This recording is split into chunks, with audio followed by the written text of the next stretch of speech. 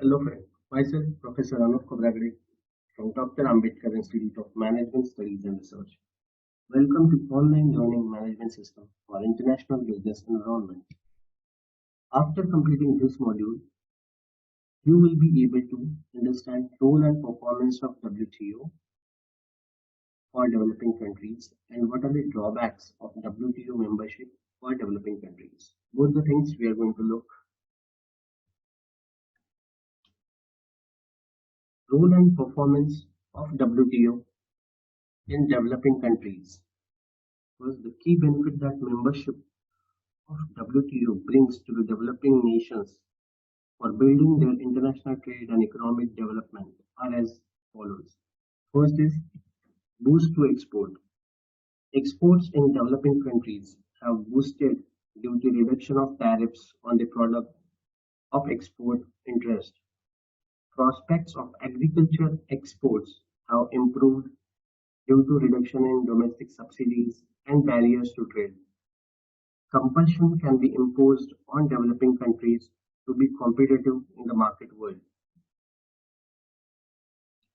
Security and predictability. The revamped dispute settlement procedures and the agreement of safeguard, subsidies and anti-dumping measures will provide greater security and predictability in the international trade.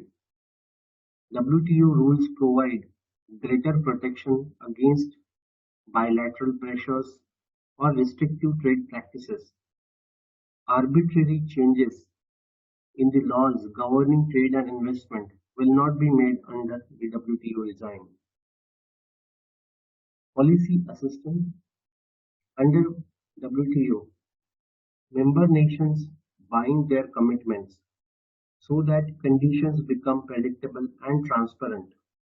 As a member of the WTO, developing countries can get assistance from the International Trade Center in formulating and implementing export promotion programs. Trade links. Developing countries can have the advantages of having trade links with all other member countries. It is served from the trouble of entering into multiple bilateral trade agreements with so many countries. Developing countries can have market access to all nations. WTO is expected to facilitate the growth of multilateral trade. Settlement of disputes. WTO provides a forum for trade negotiations and settlement of disputes among member countries. Elaborated rules and procedures have been laid down for this purpose. The agreements are legally binding on member countries. Special concession.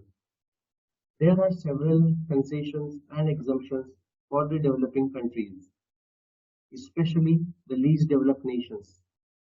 There are provisions extending special and differential treatment to such countries. WTO has also helped in promotion in services. Promotion of competition.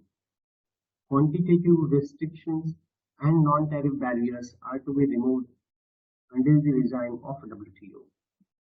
Import restrictions are allowed when a country faces balance of payment difficulties. Technical assistance. Training programs, regional seminars, and international conferences are held regularly under the support of WTO. About 100 technical cooperation missions are organized every year. In these sessions, developing countries get an opportunity to learn the technicalities, rules, and regulations governing world trade. Integrated framework for trade-related technical assistance to the less developed countries is also provided. Sustainable development. The multilateral trading system embodied in the WTO has contributed significantly to economic growth and social development. No country is prevented from taking measures for the protection of its environment. WTO seeks to uphold and safeguard an open and non-discriminatory multilateral trading system for promoting sustainable development. Tariff and non-tariff barriers for environment, goods and services shall be reduced and eliminated. Elevation of poverty is placed at the center of the agreement and rules. Policy review mechanism. Members of WTO have to undergo a periodic review of their policies and programs. This is done with a view to promoting mutual understanding of the need, significance, and the impact of these policies, which would promote transparency and fairness. Now we are going to see drawback of WTO membership to developing countries. Despite all the benefits we have seen for WTO to developing nations, many economists and sociologists argue that these countries would be in a disadvantageous position by becoming a member of WTO. Their arguments include these drawbacks. No export push, first drawback. Exports of developing nations may not increase considerably. Flow of goods and services across the world depends more on infrastructure, political environment, quality, and technology than on the trade barriers. Removal of trade barrier is no guarantee for increase in exports. This is true. Prominence to developed nations. WTO focuses more on the interests of developed countries. TRIMS TRIMS undermines strategy of self-reliant growth based on local services and technology. Global finance is still moving primarily towards the developed countries. Most of the developing countries are left high and dry. TRIMS favor the multinational corporations more. Price rise. WTO agreements are likely to cause a steep hike in the price of drugs and agricultural inputs. Developing countries might not be able to face this situation of price hikes considerably. Danger to service sector. Service sector in developing nation is often found to be less developed than in developed countries. Inclusion of trade in services would be detrimental to interest of developing nations and could ruin the possible potential at the disposal of their opportunity. Not really free trade. World trade has not really opened up. Developed countries are imposing more restrictions than underdeveloped countries. Free movement of labor is not allowed. Tariff peaks remain in certain areas. Anti-dumping duties have become the source of new non-tariff barriers. Developed nations want to have monopoly over technology. Erosion of autonomy. WTO agreements are likely to avoid the autonomy of governance in the third world countries. The governments of these countries will not have full freedom to formulate the policy and identify the priorities in many areas in which WTO agreements will prevail. Self-reliance may be hampered. Fundamentally undemocratic.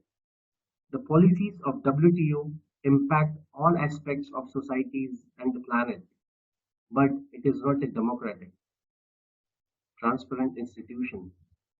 The WTO rules are written by and for corporations with inside access to the negotiations and can hamper the stability inside developing nations. Tramples labor and human rights. WTO rules put the rights of corporations to profit over human and labor rights.